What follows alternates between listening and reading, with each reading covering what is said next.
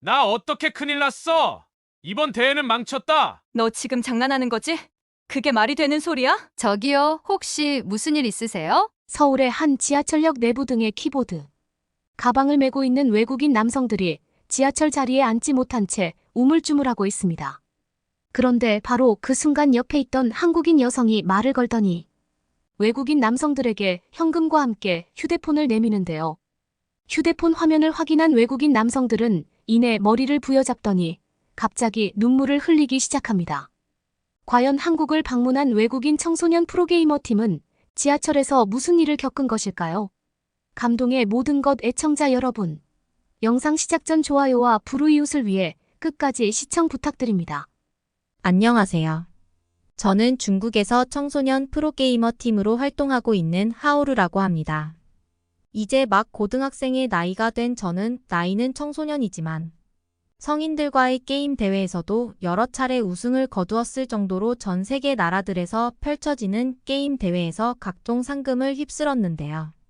하지만 최근에 저희 프로게이머 팀은 한국이라는 나라 때문에 완전히 붕괴되는 위기를 겪고 말았습니다.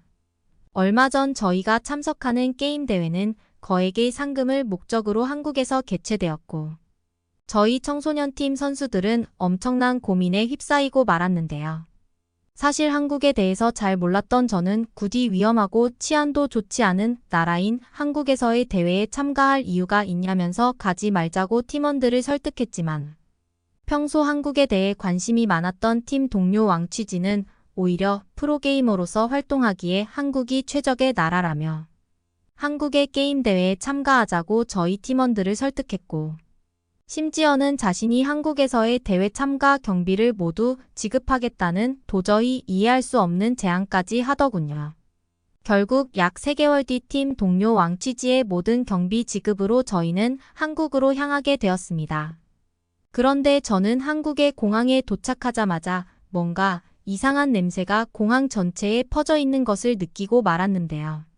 저뿐만 아니라 다른 선수들도 공항에서 무슨 이상한 냄새가 난다며 난리를 치기 시작했고 약 10분 뒤 저희는 한국의 공항에서 느껴지는 특별한 냄새의 원인을 찾을 수 있었습니다.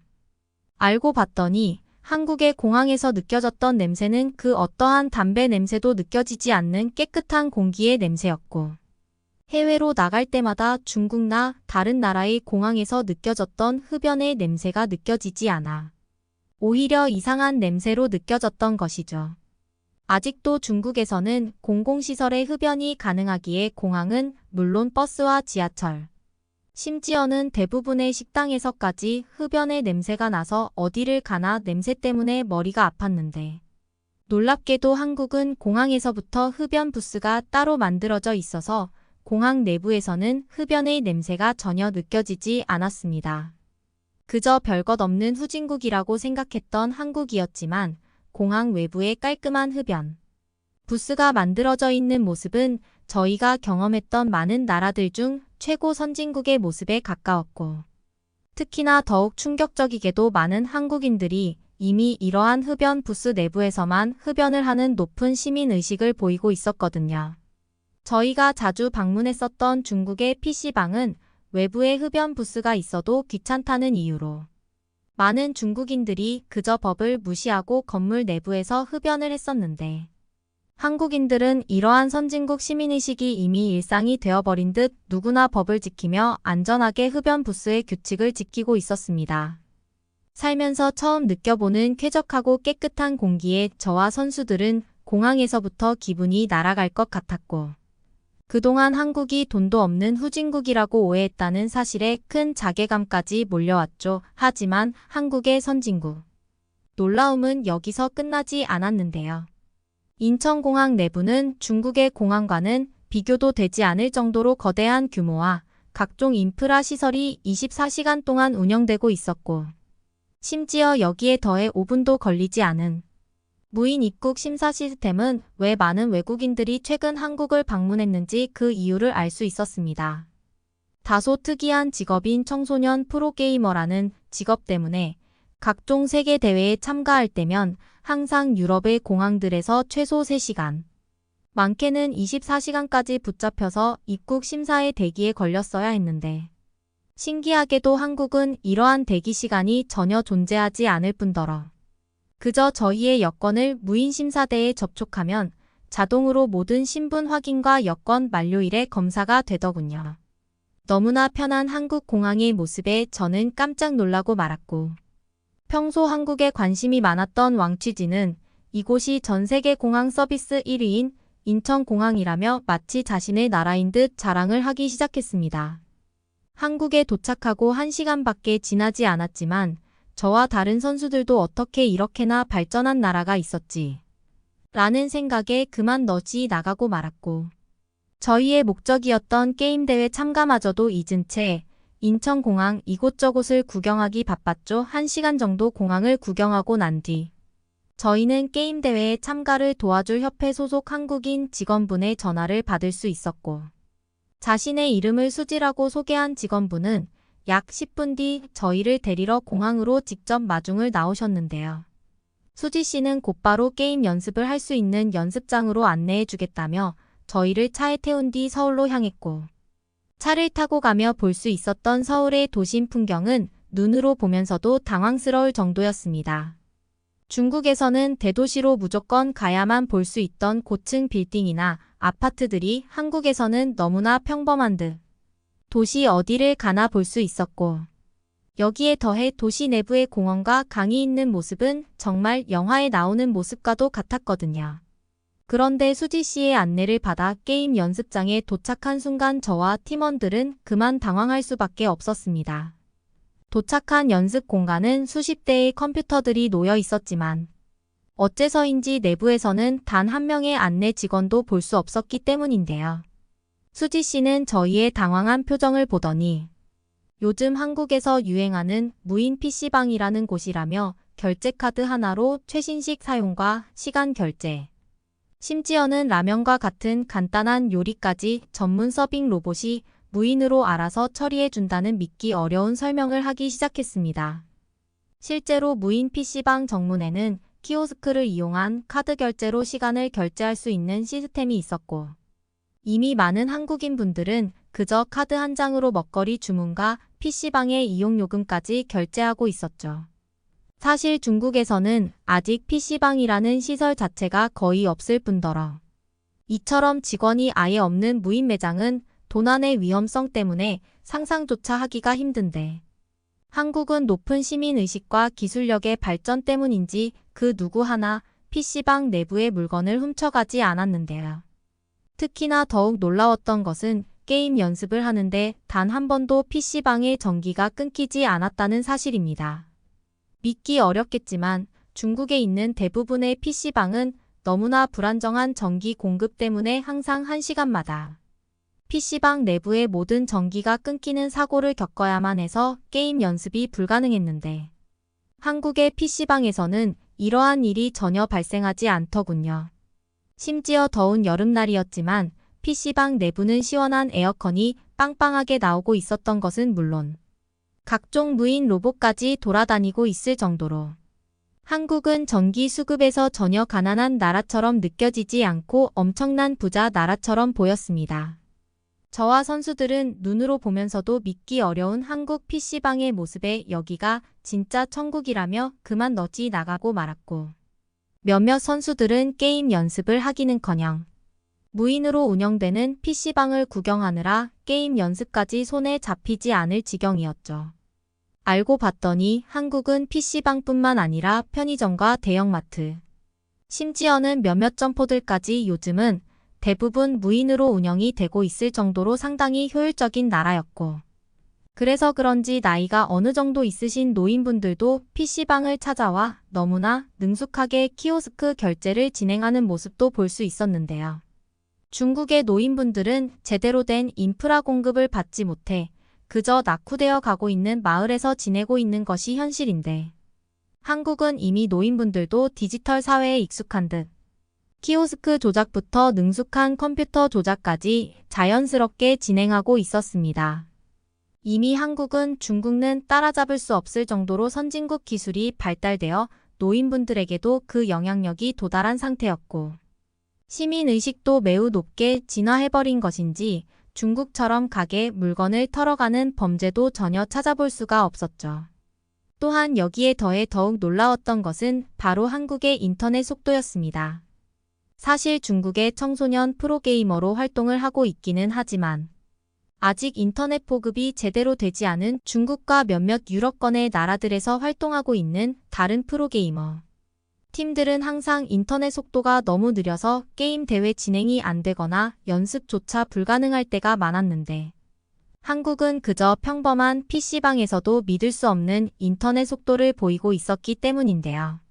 중국에서 열린 국제대회에서도 느껴보지 못한 쾌적한 인터넷 속도에 저와 선수들은 왜 한국이 게임 강국이면서도 디지털 선진국인지 뼈저리게 느낄 수 있었고 이러한 인터넷 환경을 그저 단돈 1,000원으로 경험할 수 있다는 사실에서도 복에 겨워 눈물이 흐를 정도였습니다. 한국에서는 평범한 것들이 중국과 다른 나라들에서는 돈을 주고도 경험하지 못하는 선진국 신문물이었고 저는 바로 그때부터 한국에서 거주하는 한국인들이 너무나 부럽기 시작했어요. 약 3시간 정도의 연습을 마친 뒤 수지 씨는 이제 그만 숙소로 돌아가서 짐을 풀자고 했고 저와 팀 선수들은 아쉬운 마음이 들기는 했지만 일주일 후 서울에서 있을 대회 준비를 위해 숙소로 향했습니다. 하지만 생각하지도 못한 문제는 정말 예상치도 못한 곳에서 터져버렸는데요. 수지 씨의 차를 타고 숙소로 향하던 도중 저는 핸드폰으로 게임 대회 일정을 확인했는데 그만 미국에서 열리는 온라인 대회의 예선전 참가를 까맣게 잊고 있었기 때문입니다. 예선전이었기에 경기력에서는 저희가 이기는 것이 확실했으나 문제는 이미 PC방을 나와버려서 컴퓨터가 전혀 없는 것은 물론 해외의 온라인 경기였기에 경기 참가 시간이 한국 현지의 새벽 시간으로 잡혀 있었다는 사실인데요.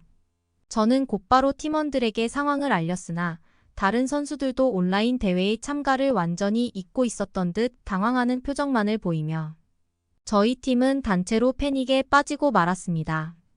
새벽 시간의 온라인 경기였기에 한국의 PC방도 문을 열지 않았을 뿐더러 대회 참가용 게임 장비를 PC방에 연결하는 것은 사실상 불가능했기에 저희로서는 새벽 시간에 열리는 미국의 온라인 대회에 참가할 수 있는 방법 자체가 없었기 때문이죠. 그런데 바로 그때 운전을 하고 있던 수지 씨가 무슨 문제가 생긴 것이냐며 백미러를 보며 저희에게 말을 걸어왔습니다. 당황한 저는 온라인 게임 대회의 상황을 알리고 아무래도 기권 패를 해야 될 것 같다며 눈물을 보였으나 갑자기 수지 씨는 작은 미소를 보이더니 그런 것이라면 전혀 걱정하지 않아도 된다는 헛소리를 하기 시작했는데요. 그리고 놀랍게도 수지 씨를 따라 저희의 호텔 숙소에 도착한 순간 저는 눈앞에 펼쳐진 황당한 장면에 두 눈을 의심할 수밖에 없었습니다. 저와 선수들은 수지 씨의 안내를 받아 그저 평범한 호텔 숙소로 들어갔었는데 호텔 내부에는 믿을 수 없게도 수십 대의 컴퓨터들이 이미 세팅되어 있었기 때문인데요. 살면서 호텔 내부에 컴퓨터가 있을 수 있다는 사실을 처음 알았던 저는 너무 놀라 수지 씨에게 여기는 대체 무슨 호텔이냐며 당황스러운 모습을 보였지만 수지 씨는 오히려 너무나 평온한 모습으로 한국에서는 대부분 호텔들의 게임을 할 수 있는 높은 사양 컴퓨터의 룸도 준비되어 있다는 도저히 믿을 수 없는 설명을 해주시더군요. 알고 봤더니 한국에서 운영하는 대부분 호텔들에는 오직 컴퓨터를 하면서 쉴 수 있는 특수한 호텔 방이 따로 운영되고 있었고 수지 씨는 혹시 모를 저희의 연습 상황을 대비해 최신식 컴퓨터가 설치되어 있는 호텔 방으로 예약을 했던 것입니다. 상식적으로 생각해봐도 호텔 내부에서 초고속 인터넷을 이용해 게임을 즐길 수 있다는 사실은 정말 한국이 아니라면 불가능한 선진국의 모습이었고 만약 중국에서 이러한 호텔방에 예약을 받았다면 단 하루 만에 최신식 컴퓨터들이 전부 도난당했을 것은 뻔한 상황이었죠. 한국의 놀라운 시민의식과 기술력 덕분에 저와 선수들은 곧바로 온라인 대회 참가를 위한 컴퓨터 세팅을 준비했고 이렇게나 살기 좋고 편리한 나라가 존재하고 있었다는 사실에 온라인 대회를 준비하면서도 감탄사만 터져 나왔습니다. 특히나 호텔 내부에서 무료로 초고속 인터넷을 이용할 수 있다는 사실은 한국이 얼마나 돈이 많고 부유한 나라인지 가늠할 수 있을 정도였고, 몇몇 선수들은 그때부터 자신은 한국에서 프로게이머를 준비하겠다는 진지한 계획까지 세우기도 했는데요. 그 후 저희 팀은 한국에서만 가능한 호텔 컴퓨터로 무사히 온라인 대회에 참가가 가능했고, 다행스럽게도 예선전 경기에서 이겨 16강전에 진출할 수 있었습니다. 만약 한국이 아니라 중국이나 다른 나라였다면 절대 불가능했을 기적에 저는 수지 씨에게 너무나 감사하다며 마음을 전달했고, 수지 씨는 아직 한국에서의 대회 일정까지는 어느 정도 시간이 남아 있으니 남은 시간은 한국을 여행해 보지 않겠냐는 제안을 해 주더군요. 저뿐만 아니라 다른 선수들도 이미 대회 참가보다는 선진국 한국인들의 생활에 더욱 관심이 많던 상황이었고, 저희는 바로 다음날 수지 씨의 여행 가이드를 따라 지하철을 타고 서울의 도심으로 향하게 되었습니다. 그런데 처음 경험한 한국의 지하철은 정말 대단했는데요. 한국의 지하철은 지하철의 노선표뿐만 아니라 지하철의 도착 시각과 현재 위치가 지하철 스테이션의 전광판을 통해 표시되고 있었고, 이는 너무나 편리하다 못해 시간까지 절약할 수 있는 획기적인 방법이었죠. 중국에서는 이러한 시스템이 아예 없어서 언제 도착할지 모르는 지하철을 무려 1시간이 넘게 기다리거나, 기상 상황이 좋지 못하면 아예 지하철이 오지 않을 때도 많았는데, 한국은 정거장 내부에 이러한 전광판이 있어서 그런지 지하철이 도착하는 시간에 맞춰 미리 탑승 계획을 준비할 수 있었습니다. 그래서 그런지 한국인들은 시간을 굉장히 효율적으로 사용하고 있었고, 휴대폰 하나로 모든 지하철의 도착 상황을 확인할 수 있는 선진국 한국의 교통 인프라 시스템이 아니라면 불가능한 모습이었죠. 또한 한국의 지하철 내부에서는 초고속 인터넷 와이파이를 무료로 사용할 수 있기까지 했는데요. 사실 중국에서는 지하철 내부에 와이파이가 있기는커녕 돈을 주고 사용하는 휴대폰 통신마저도 너무나 불안정해서 지하철 내부에서는 아예 전화나 휴대폰 자체가 작동이 되지를 않는데, 한국은 대중교통과 디지털 기술이 얼마나 발전한 것인지 지하철 내부에서 급한 전화와 문자를 받을 수 있는 것은 물론 무료 와이파이를 이용해 유튜브의 동영상마저 원활하게 시청이 가능했습니다. 그야말로 한국에서 살아가는 한국인들이 너무나 부러운 순간이었고, 각종 게임 대회에 참가하며 여러 나라를 경험해 보았지만 한국만큼 살기 쾌적하고 편리한 나라는 그 어디에도 없는 것 같았죠. 그렇게 저희는 한국에서의 대회 참가 일정 직전까지 너무나 편리한 선진적인 인프라를 이용해 무사히 한국 여행을 즐길 수 있었습니다. 다른 나라들을 방문했을 때에는 저녁 7시만 넘으면 치안이 너무나 좋지 않아서 항상 호텔에서 게임도 하지 못한 채 잠만 자야 했었는데, 한국은 늦은 심야 시간까지 치안의 걱정이 전혀 없는 것은 물론 호텔로 돌아가면 늦은 시간까지도 편안하게 초고속 인터넷을 이용한 컴퓨터의 사용도 가능해서 너무나 편리했죠. 그 후 한국에서의 게임 대회를 마친 지금 저희 팀은 아쉽게도 2등으로 경기를 마무리하기는 했지만 저희는 한국에서의 일정을 조금 더 늘리기로 했는데요. 살아생전 처음 느껴보는 선진국 나라에 저희는 한국을 조금 더 경험해 보고 싶었고, 더는 중국로 돌아가고 싶지 않기 때문입니다. 한국이라는 세계 최고의 나라를 경험한 이상 앞으로도 저희는 한국에서의 대회만 참가하고 나머지 나라들의 대회에는 전혀 참가하지 않을 것 같네요. 그러면 다음 사연으로 넘어가겠습니다. 누구 한 사람의 삶을 바꿔줄 영향력을 미치는 건 대단한 일이에요. 한국의 아이돌 문화는 상업성에만 치우친 상품이 절대 아닌 산업의 가치를 완전히 새로 창출할 정도였다고 미국의 기자는 말하고 있는데요. 그녀의 이야기를 시작하겠습니다. 안녕하세요. 저는 미국에서 기자 활동을 하고 있는 엔젤라라고 합니다. 이렇게 기자라고 자신 있게 말할 수 있게 된 것이 바로 한국 덕분입니다. 벌써 3년 전의 일이네요. 그 일 덕분에 저는 소심하고 무시받는 일개 직원에서 오늘과 같이 방송부 연예부 부장까지 승진할 수 있었어요. 라이벌인 중국인 리취파를 이기고 말입니다. 게다가 승진 포상으로 열흘간의 휴가를 받았고 곧 한국행 비행기를 타게 됩니다. 진짜 요즘은 하루하루가 행복합니다. 3년 전 제 이야기를 들어봐 주세요. 저는 글을 쓰는 재주는 좋은데 대중들 앞에 선다거나 카메라 앞에 서면 얼음이 되어 버리다 보니 처음에는 편집부 기자로 일을 했어요. 편집 기자는 현장에 가지 않는 기자라고 보시면 됩니다. 아니, 무슨 기자가 현장을 안 가나 하실 분들도 계실 것 같은데요. 신문 기자는 신문사 사무실에서 기사를 작성할 때도 있지만 대부분 취재 현장에서 마감 시간에 늦지 않도록 기사를 작성하여 신문사로 보냅니다.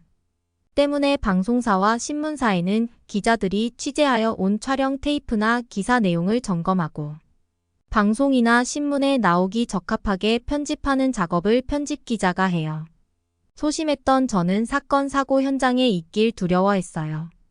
편집부에서 일하면서 종종 월간 주간 관련 잡지를 기획하고 인터뷰나 하며 시간을 보냈어요. 하지만 기자라는 직업이 취재 현장 생생한 전달이 생명인데 사무실에서만 글 편집을 하고 있으니 다른 동료들과 뭔가 동떨어진 느낌이 있었고 잘 어울리지 못했답니다. 반대로 방송국 동료 진단은 어찌나 활동적인지 정치, 경제, 문화를 다양하게 현장 취재하더니 나중에는 연예 분야의 전문 기자로 활동하기도 했고 급기야 해외 이곳저곳에 파견되어 각종 소식을 전하는 특파원까지 되기도 했어요. 어깨에 힘이 잔뜩 들어가 있는 니취파는 중국계 미국인입니다. 동료이긴 한데 엄밀히 저보다 1년 늦게 입사한 후배예요. 부모님이 중국에서 잘 나가는 부호였고 니취파는 그런 부모 덕에 미국에 유학 와서 공부할 수 있었죠. 니취파의 노력도 대단했기 때문에 좋은 대학을 나왔고 방송국에도 들어왔을 거예요. 한국인이 외국인을 보면 어느 나라 사람인 줄 구별하기 힘들 듯. 저 역시 니취파를 처음 봤을 때 일본인이냐고 물어봤었어요. 니취파는 어이없어 하면서 자신은 세계의 중심에 있는 중국인이고 일본인으로 봐서 기분이 안 좋다는 말을 하더라고요. 그러면서 한국인으로 안 봐서 다행이긴 하다며 국가차별적 말을 내뱉었습니다. 니취파는 실력은 좋았어도 매너가 빵점이었습니다. 이건 좋게 표현한 말이고요. 한국식으로 하자면 버르장머리가 없었어요. 저 같은 편집 기자를 겁 많은 글쟁이라며 무시했거든요. 도대체 현장의 살벌함을 느낀 적은 있냐며 취재를 하지 않은 기자는 기자라고 말할 수 없다며 동료들이 있는 앞에서 망신을 주기도 했어요. 게다가 니취파는 그즈음 미국에서 중요한 정치 이슈가 있었던 핵심에 들어가 있었습니다. 당시 미국의 중간선거였어요. 중간선거는 미국 대통령의 4년 임기 중 2년이 지난 시점에서 실시되는 상하원 의원 선거, 주지사 선거를 말해요. 현직 대통령의 임기 중에 실시되기 때문에 트럼프 정부가 자신의 행보를 계속 이어나갈 수 있을지 전 세계에 관심이 집중되었죠. 니취파는 국회의사당 앞 거리의 시민들 인터뷰, 공화당 선거 홍보 차량 등에서 선거의 분위기를 제대로 전했고요. 해외 특파원 경험을 살려 한국에도 잠깐 다녀오는 신선함을 보였습니다.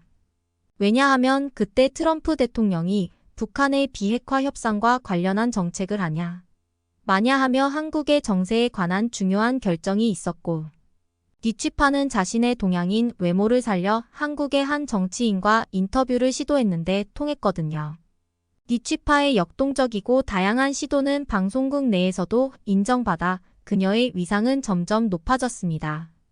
그리고 여기저기 니취파를 부르는 취재 현장도 많아졌죠. 동시에 그녀의 콧대 높음도 예사롭지 않았습니다. 그 당시 니취파에게 취재 요청하는 곳 중 하나가 한국의 아이돌 공연 촬영이었습니다. 전 세계적으로 히트를 치고 있다는 한국의 남자 아이돌 그룹인 방탄소년단이 남미에 공연을 하니 그 공연 현장을 취재해 오라는 것이었는데요. 하늘을 찌를 듯한 기세에 그녀는 돈 되고 명예 되는 취재 현장만 다니려고 하는 신보가 보이기 시작했고 월급쟁이 주제에 대려 여긴 싫고 저긴 볼 것 없다며 방송국의 요청을 거절하다 못해 훈수를 두기까지 했습니다. 그런 그녀에게 한국의 아이돌 공연 취재를 다녀오라 하니 콧방귀를 끼더라고요. 그러면서 자기가 중국인이라 잘 아는데 한국은 아직 후진국이다 보니 아이돌이라고 할 것까지도 없거니와 그런 남자 아이돌 그룹은 그저 상업성과 대중성으로 상품화시킨 정도라며 굳이 취재를 가지 않겠다는 거였어요. 자신은 한국의 아이돌을 아티스트로 인정할 수 없고 그런 얄팍한 수준의 퍼포먼스나 찍으러 다니는 것은 자기와 격이 맞지 않다고까지 했죠. 심지어 그런 딴따라 공연 촬영은 저기 방송국 문 밖을 한번 안 나가본 엔젤라 선배가 하는 것이 딱일 거라며 저를 지목하는 것 아니겠어요. 대놓고 무시받고 편하당하는 바람에 얼굴이 귀 끝까지 빨개지고 어쩔 줄 몰랐습니다. 너무 당황스러워 처음엔 말을 못하고 있다가 저는 이내 정신을 차렸습니다. 그때가 생애 첫 기자로서의 도전장이었던 것 같아요. 저는 부장님에게 제가 브라질로 가서 방탄소년단의 월드 투어를 취재해 오겠다고 말했고 니취파를 노려보며 말했습니다. 네가 보내는 취재 영상이 얼마나 많은 편집을 해서 방송에 내보내는 줄은 아니. 너의 틀린 맞춤법, 발음법을 내가 다 고쳐 내보내고 있어. 너의 촬영 시간보다 내 편집 시간이 더 많을 정도거든. 종종 나는 네가 학교에서 제대로 국어 공부를 했는지 뒷조사를 해보고 싶을 정도로 국어 실력이 형편없다고. 이제는 실력뿐만 아니라 인성까지 형편없는 줄 확실히 알았어. 저희 사이다 발언에 니취파는 눈에 레이저가 쏟아져 나올 만큼 저를 노려보았고 생애 첫 호기로움을 높이 평가하신 연예부 부장님이 윙크를 연발하셨던 모습이 아직도 생생합니다. 속이 다 후련했고 그때부터 방탄소년단에 대해 열심히 기초 자료를 모았습니다. 호언장담을 했지만 니취파를 이길 수 있을까 싶은 생각에 잠을 이룰 수 없었고 시간은 쏜살같이 지나가 눈 떠보니 비행기에 타 있고 또 눈 떠보니 브라질에 도착해 있었습니다. 취재진은 2019년 5월 BTS의 브라질 콘서트가 열리기 3일 전 콘서트가 열리는 스타디움에 방문했습니다. 통역을 도와줄 동료 한 명과 카메라 기자와 그 현장에 도착하자마자 우리는 정말 깜짝 놀랄 수밖에 없었어요.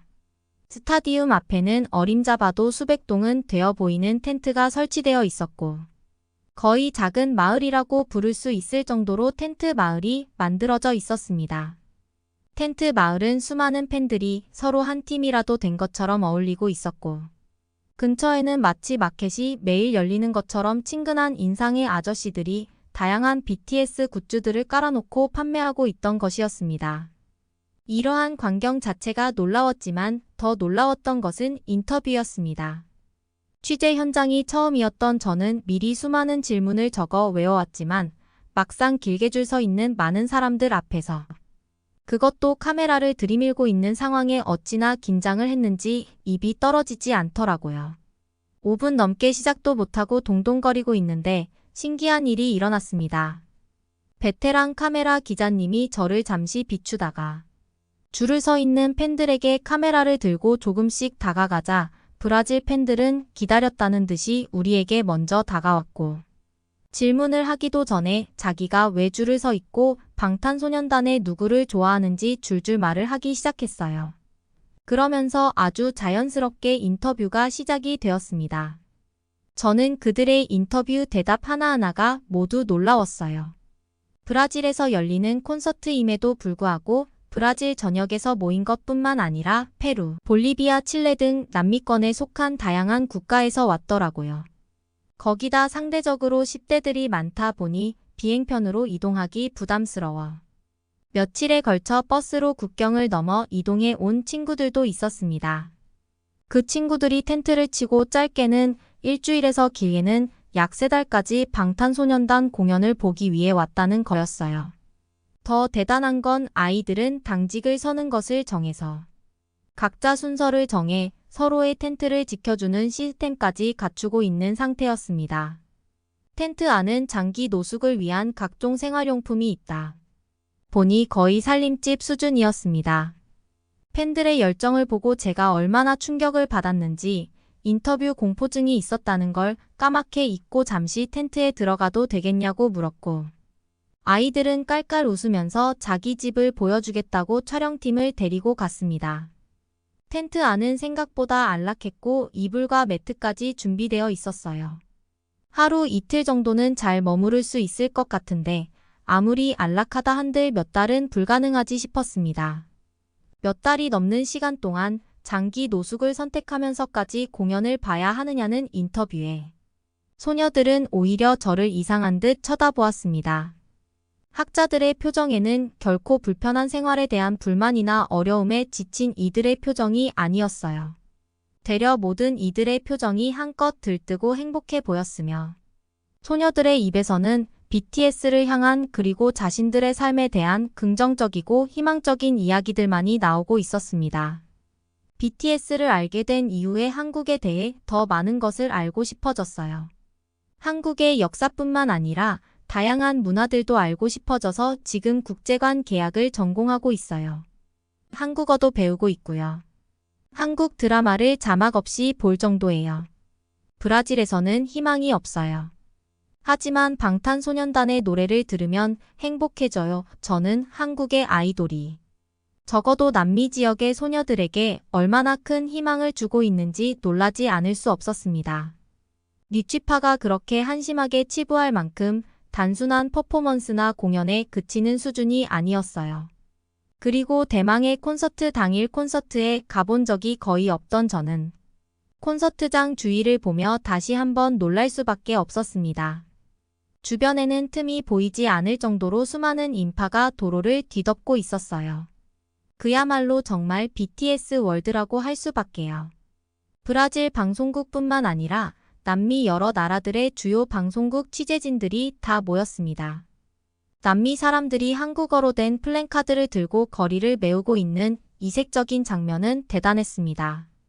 더 인상 깊었던 것은 10대들만 가득할 줄 알았는데 콘서트에는 남녀노소 할 것 없이 다양한 연령대의 팬들이 참여하고 있었다는 거예요.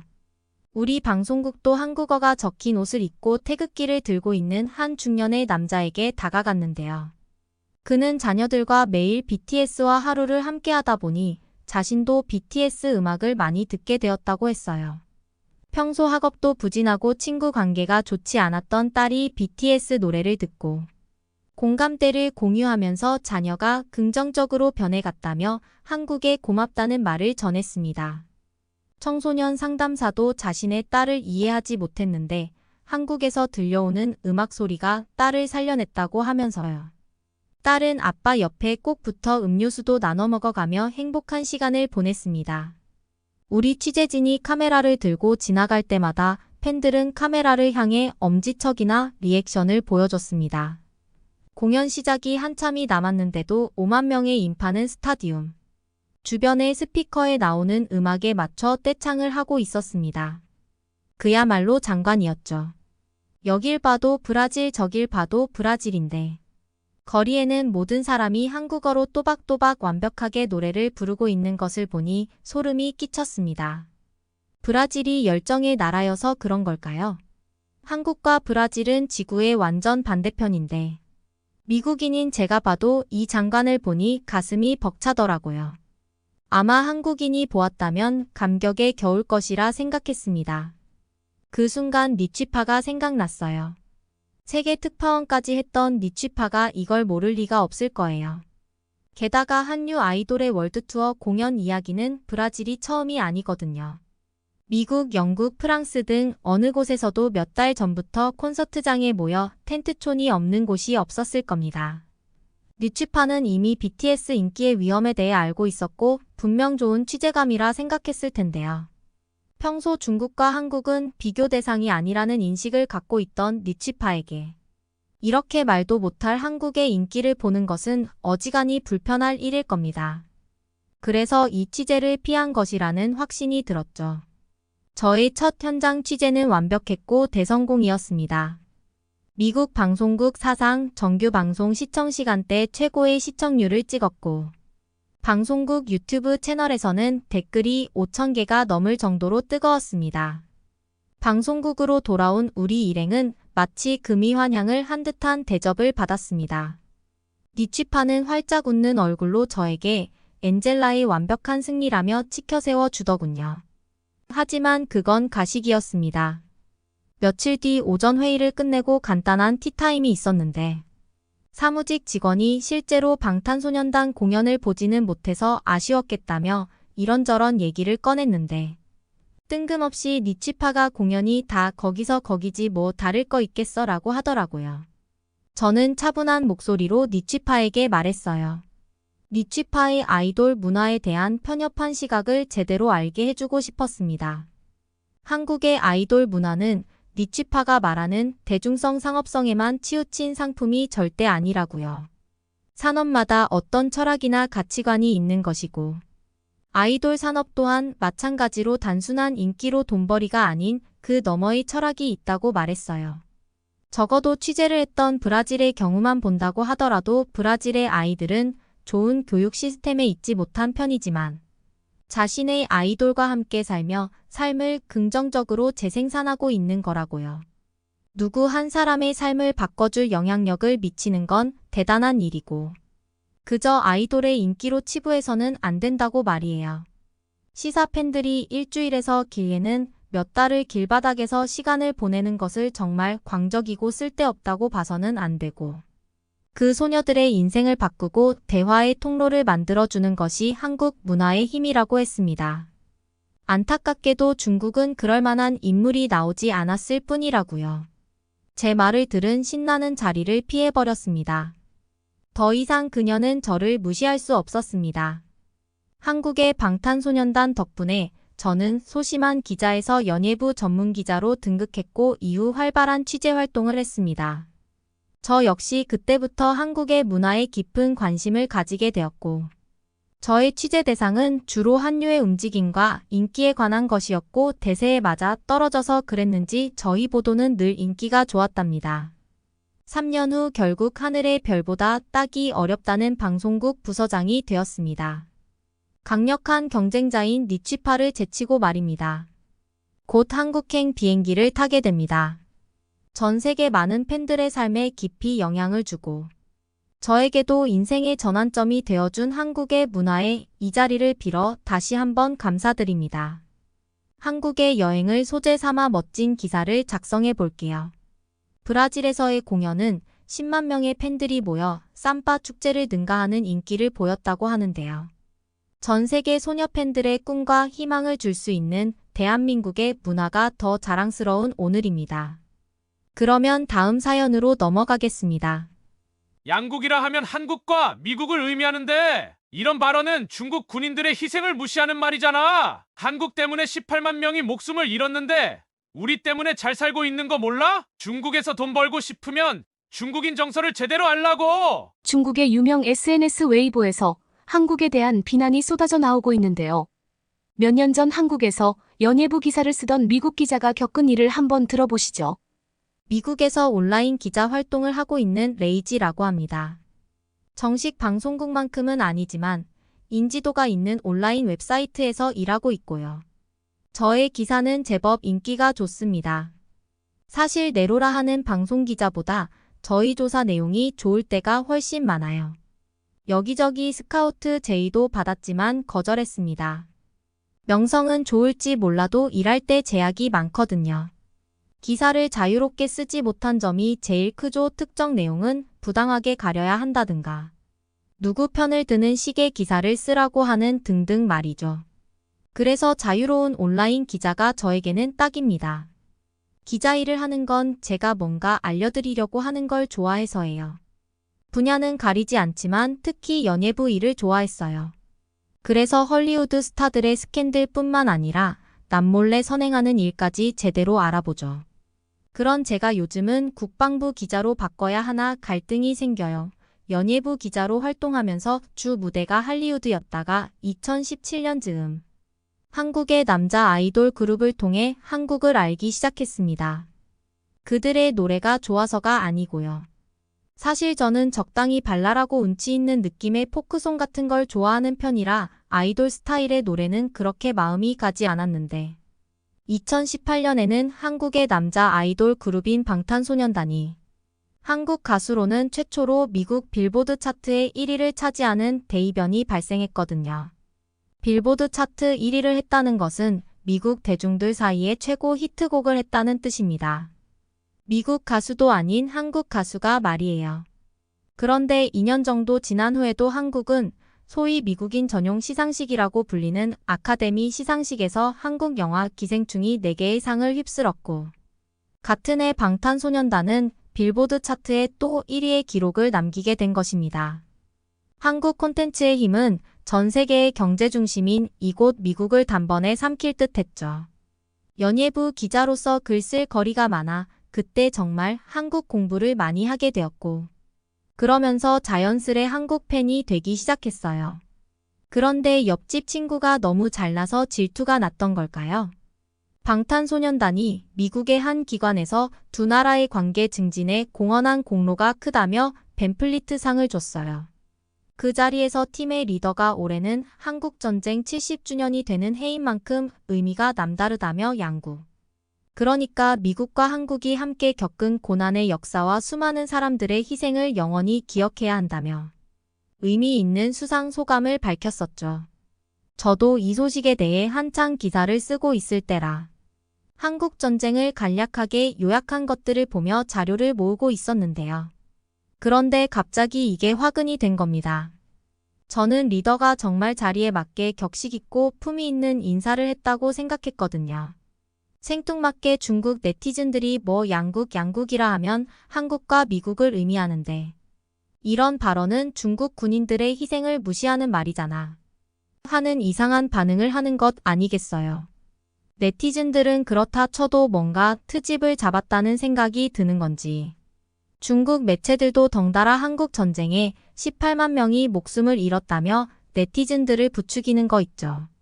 거기까진 그렇다 쳐도 이상한 군중 심리 때문인지 이 일이 일파만파 퍼지더니 급기야 중국 네티즌들은 방탄소년단은 중국에서 돈을 벌어선 안 된다며 중국에서 돈 벌고 싶으면 중국인 정서를 제대로 알라고 SNS 공격을 시작하더라고요.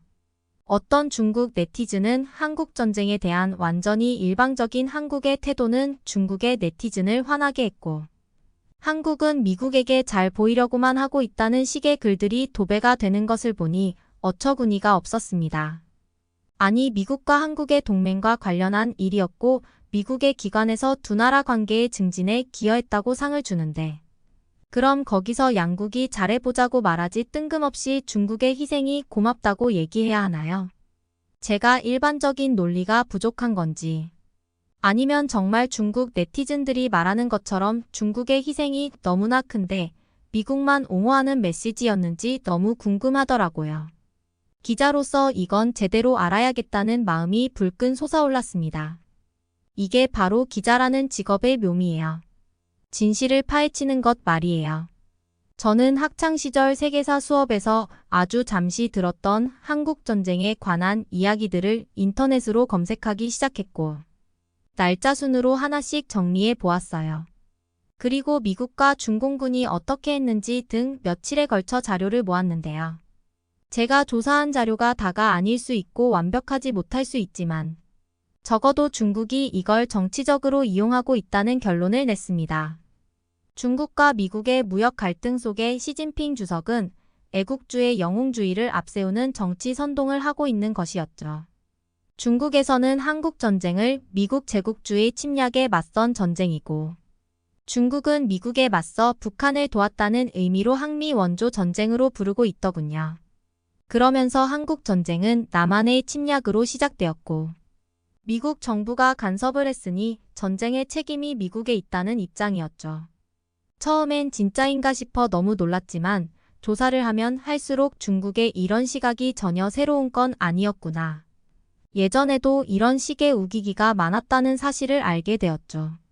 특히 이미 공식적으로도 북한의 남침이 확실한데 남한의 북침이라니 이건 세계인들을 멍청이로 아는 건지 어이가 없네요. 그런데 아무리 그래도 그렇지 중국 최고 지도자라는 사람이 한국전쟁 참전 기념 행사에서 직접 이런 연설을 했다는 건 좀 아니지 않나요? 역시 국제 언론에는 시진핑의 이런 발언이 미국과 중국의 갈등이 심해지면서 한국이 미국과 거리를 두도록 압박하는 액션이라는 분석을 내놓더라고요. 어쨌든 다시 방탄소년단 이야기로 돌아와서 방탄소년단의 수상 소감이 중국에서는 어찌나 파장이 컸는지 중국 네티즌들은 한국 제품 불매운동까지 나섰습니다. 중국 내 기업들 중에서는 비싼 광고료를 주고 BTS를 내세운 제품들이 있었는데 죄다 광고를 내리고 분위기를 봐야 했고요. 특히 한국의 삼성이나 현대의 제품들은 직격탄을 맞게 되었죠. 그런데 한국 연예인의 말에 중국 네티즌이 이렇게 발끈한 건 처음이 아니었어요. 한국의 비욘세라 불리는 가수 이효리 씨가 한 예능 프로그램에서 예명을 짓는 일이 있었는데 마오라는 이름을 지으려고 했다가 중국 네티즌들에게 집중 공격을 받은 적이 있었어요. 마오는 마치 호주의 소수민족의 이름 같은데 왜 발끈하는 거지 싶었는데 알고 보니 전 중국 주석 마오쩌둥을 비하하는 거라면서 소속사까지 공격했다더군요. 설마 이효리 씨가 그런 의도로 했을까요? 아마 중국 생각 같은 건 하나도 안 했을걸요. 그리고 제가 알기로는 마오는 일본에서도 많이 쓰이는 이름입니다. 누가 봐도 마오쩌둥을 가리키는 건 아닌데 말이죠. 정말 무섭습니다. 무식한 사람이 제일 무섭다고 하던데 그래서 저는 중국이 너무 무서워졌어요. 무슨 말만 했다 하면 그렇게 과격한 애국주의 같은 행동을 보이는지 알아봐야 했어요.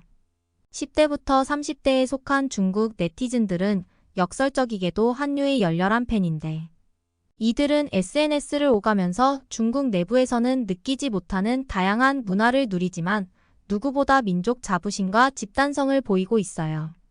왜냐하면 중국의 민주화 사태가 있었던 이후부터 중국은 학교에서 애국주의 교육을 강화했고 시진핑 정권이 들어선 후 거의 강제하다시피 했다고 해요. 중국 공산당이 강조하는 역사와 사상을 중요하게 여기는 세대더군요.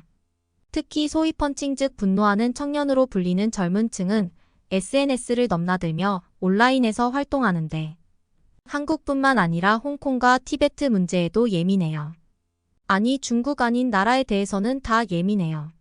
미국 프로농구의 팀 단장이 홍콩 지지 의사를 밝히자마자 중국 네티즌은 집단으로 NBA 보이콧에 나서기도 했거든요. 진짜 교육은 100년을 내다보고 계획해야 한다고 했는데 20년 전부터 일어났던 중국의 애국주의 교육을 받은 세대가 지금의 네티즌들이니 앞으로는 중국의 이런 태도는 더 심해질 것 같아요. 한국의 팬으로서 저도 지켜보겠지만 한국인 여러분이 중국의 이런 세태를 예의주시하고 적극적으로 대응해 주셨으면 좋겠어요.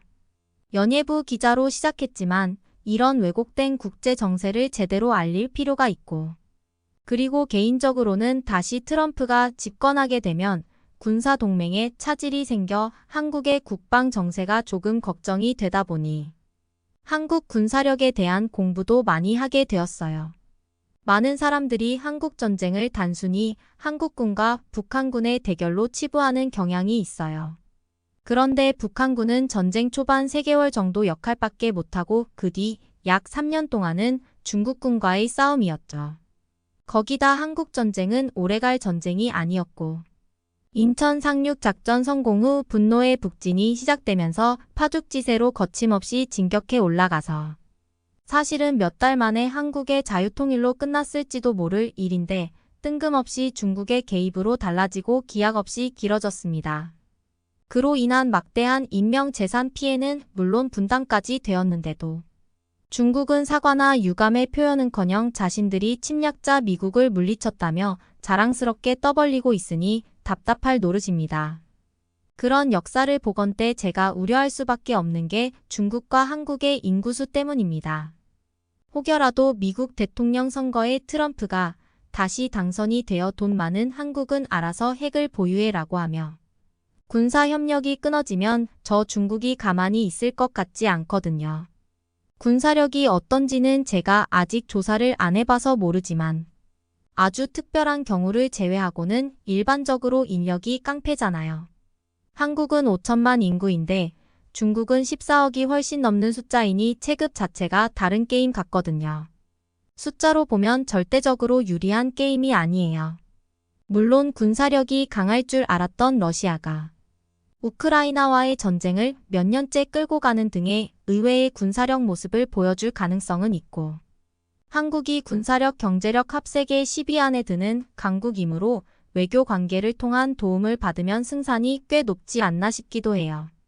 실제로 현재까지 제가 조사한 바로는 50년대 이후 한국군이 중공군과 대등하거나 그 이상으로 싸울 정도로 전력이 강화되었고 중국은 그때나 지금이나 변한 게 없을 거라는 이유 때문에 중국이 한국의 군사력에 민감할 수밖에 없지 않나 싶었어요. 저는 요즘 진지하게 고민하고 있어요. 이제는 국방부 기자로 전환을 해보는 건 어떨까 하고요. 군사라는 게 한 나라의 생존을 좌지우지하는 중요한 요소라 연예부 기자 때와는 진중함이 정말 다르잖아요. 제가 사랑하는 한국을 공부하면서 진로 전환을 고려해봅니다. 이번 미국 대선 때까지 실력을 쌓아보도록 하겠습니다. 저의 이야기를 들어주셔서 감사합니다. 그러면 다음 사연으로 넘어가겠습니다. 과거 중국은 여러 이민족의 지배를 받은 사실이 있습니다. 몽골의 원나라, 만주족의 청나라 등이 한족 본거지에 깃발을 세웠습니다. 중국 입장에서는 부끄러운 과거인 셈인데요.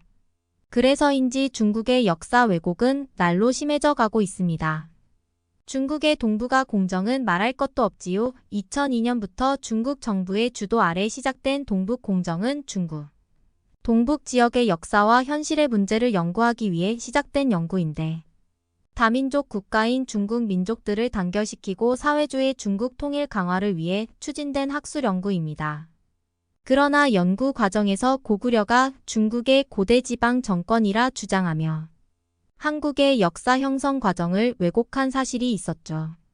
2007년 5년간의 동북 공정이 끝났지만 지금은 동북 공정에서 논의된 논리를 뒷받침하기 위한 구체화 작업이 진행되고 있는 어이없는 상황입니다. 중국의 역사 왜곡은 곳곳에 나타나고 있는데 가장 최근의 사건은 2022년 중국 국가박물관에서 열린 한중일 청동기 전시회였습니다. 해당 전시회는 한중일 세 나라 국가박물관이 함께 준비한 청동기 유물 특별전인데 중국 베이징의 심장부인 천안문광장 옆에 있는 국가박물관에서 한중일 청동기 유물 50점을 전시하기로 한 것입니다. 중국 측은 홈페이지 등을 통해 한중 수교 30주년, 중일 국교 정상화 50주년을 기념한다는 의미까지도 부여했는데요. 하지만 이 전시회에서 중국은 고구려와 발해를 삭제한 한국사 연표를 게시한 데다 해당 연표 아래 한국 국립중앙박물관이 제공한 내용이라고 버젓이 거짓 설명을 달아놓아 역사 왜곡 논란을 자초했습니다. 중국 외교부가 두 차례, 한국 외교부도 한 차례 정례 브리핑을 통해 입장을 밝히며 양국 간 현안으로 부상하자 중국 국가박물관은 한국은 물론 중국과 일본의 역사 연표도 함께 치었습니다. 중국의 명백한 편집 왜곡임에도 불구하고 중국은 연표를 수정하는 대신 연표를 철거하는 우회로를 택해서 비난을 산 일도 있었죠. 그런데 더 큰 문제는 바로 중국이 이러한 역사 왜곡을 넘어 자국의 역사와는 전혀 상관이 없는 타국의 문화까지 자국의 역사라 우기기 시작한 것입니다.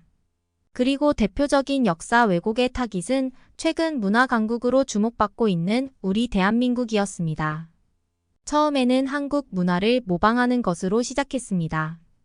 중국이 한국 연예인 출연 금지와 기업 활동을 제한하는 한한령으로 인해 2016년 이후 우리나라의 콘텐츠를 정식으로 수입하지는 못하지만 한류가 인기를 끌고 있는 상황이라 중국은 표절을 하기 시작했는데요.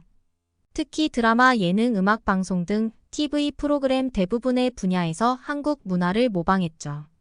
SBS의 영재 발굴단을 모방한 중국 위성 TV의 신기한 아이와 TVN의 삼시세끼를 모방한 동경하는 삼시, 엠넷의 프로듀스 100일을 모방한 우상 연습생 등 2018년에만 최소 34개의 프로그램이 중국의 표절, 피해를 봤다는 통계 자료도 있습니다. 중국 방송사들은 한국 문화 표절에 이어 콘텐츠를 해외로 판매하는 등 점점 대담한 행보를 보였습니다. 유명한 한국의 게임 회사 넥슨은 2017년 PC 온라인 게임인 던전 앤 파이터를 표절한 중국 업체 7곳에 대해 법적으로 대응한 사실도 있습니다. 한복, 한식 등 모든 한국의 전통생활 양식이 중국에서 기원했다는 왜곡을 넘어 세종대왕, 손흥민 선수까지 중국인이라는 어처구니없는 주장을 펼치기도 했는데요. 당연히 중국의 이러한 왜곡은 정식 역사학계에서는 전혀 받아들여지지 않고 있습니다. 하지만 중국인들은 중국식 왜곡 역사를 받아들일 것을 끊임없이 압박하고 있습니다. 그런데 이런 문화적 왜곡에 대해 새로운 시각으로 중국이 한국을 이기지 못하는 이유를 설명해주는 교수가 있어 화제가 되었습니다. 바로 미국 정치학자이자 국제관 계약으로 국제정세에 해박한 지식과 분석력을 가지고 있는 미국의 피터 나이 교수입니다. 그는 프린스턴 대학교 최우수 졸업생이자 옥스퍼드 대학교 정치학 석사를 취득하고 하버드 대학교 정치학 박사이자 현재 하버드대 국제관계학 석좌 교수로 활동하고 있죠.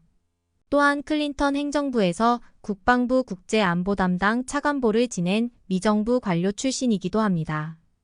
그는 군사력, 경제력 등을 바탕으로 한 하드파워와 구분되고 문화와 가치관 등에서 발현되는 힘을 말하는 소프트파워라는 개념을 창시한 사람으로 특히 한국 소프트파워의 잠재력을 높게 평가했습니다.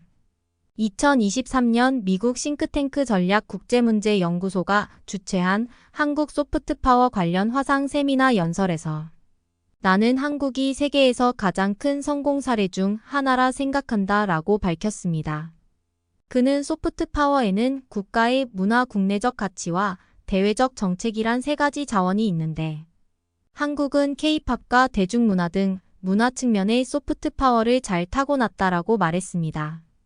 또 위대한 경제적 성공이 있었고 좀 변덕스럽지만 활기차고 성공한 민주주의를 만드는 위대한 정치적 성공으로 이어졌다고 밝혔죠. 피터 나이 교수는 개인적으로는 한국이 더 많은 것을 할 수 있다고 본다. 해외에서 좋은 일을 더 많이 하는 것이 장기적으로 도움이 될 것이라며 제안했습니다. 그러면서 대뜸 중국의 경우 소프트파워 강화에 연간 약 100억 달러를 투자하고 있지만 원하는 만큼의 결과를 만들지 못했다면서 적어도 소프트파워 분야에 있어서 중국은 한국과 상대가 되지 않는다 고 강조했습니다. 여기서 중국의 소프트파워는 뭘까요? 2007년 중국 후진타워 당시 주석은 중국이 국가의 문화적 소프트파워를 키워야 한다며 중국 사상에 대한 연구와 함께 이에 대한 집중 투자를 시작했고 그 대표적인 것이 공자학원입니다. 공자학원은 중국 정부가 중국어 교육 및 중국의 사상과 문화를 전파하고 홍보하여 중국의 소프트파워 영향력을 강화할 목적으로 세계 각지에 설립한 기관인데요. 하지만 얼마 지나지 않아 전 세계의 공분을 불러일으켰습니다.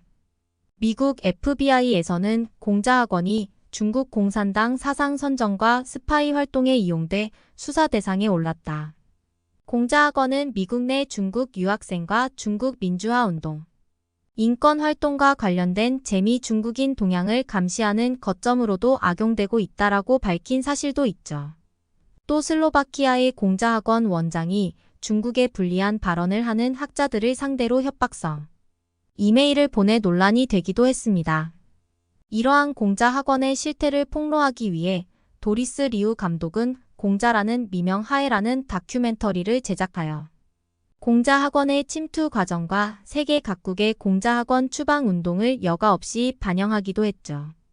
2023년 들어서 서방권을 중심으로 공자학원이 폐쇄되기 시작했고 한국에서도 20곳이 문을 닫고 미국과 유럽에서는 70곳이 퇴출당했습니다. 일본 문부과학성도 중국 공자학원 실태조사 검토라는 명목하에 일본의 공자학원에 대해 대대적인 조사에 들어가기도 했죠. 10년 이상 이어가고 있는 한류 그리고 각 나라에서 퇴출당하고 있는 공자학원. 이것이 피터 나이 교수가 말하는 한국과 중국의 소프트파워 차이라고 할 수 있습니다. 지난 2022년 세계 지식재산기구인 WIPO가 글로벌 혁신 지수에 우리나라가 역대 최고인 세계 5위를 차지한 사실이 있습니다. 코로나19 등의 어려운 대외 여건 속에서도 우리나라가 문화적, 경제적으로 상당한 성과를 거두었음을 보여주고 있다는 뜻인데요. 방탄소년단과 블랙핑크와 같은 K-팝의 인기는 물론 칸 미국 아카데미 등 세계의 권위 있는 영화 시상식에 수상을 거머쥔 영화 기생충 윤여정 배우의 오스카 수상 전 세계의 시청자를 사로잡은 드라마 오징어 게임 등 이제 세계 곳곳에서 우리나라 문화 콘텐츠의 영향력을 쉽게 찾아볼 수 있습니다. 백범 김구 선생님은 백범일지 나의 소원에서 오직 한없이 가지고 싶은 것은 높은 문화의 힘이라고 하셨습니다. 높은 문화의 힘을 바탕으로 앞으로도 세계로 펼칠 소프트파워 강국 한국을 기대해 봅니다. 여러분은 어떻게 보셨나요? 응원과 격려의 한마디씩을 댓글로 남겨주시기 바랍니다. 사연자분들께 전달해 드리겠습니다. 실제 사연 제보를 받고 있습니다. 채택되신 분께는 작은 선물도 보내드리고 있습니다. 저희의 사연이 여러분의 하루에 작은 힘이 될 수 있었으면 좋겠습니다. 감동적인 사연을 주변 분들과 이야기 나눠보세요. 더욱더 좋은 영상으로 다시 찾아뵙겠습니다.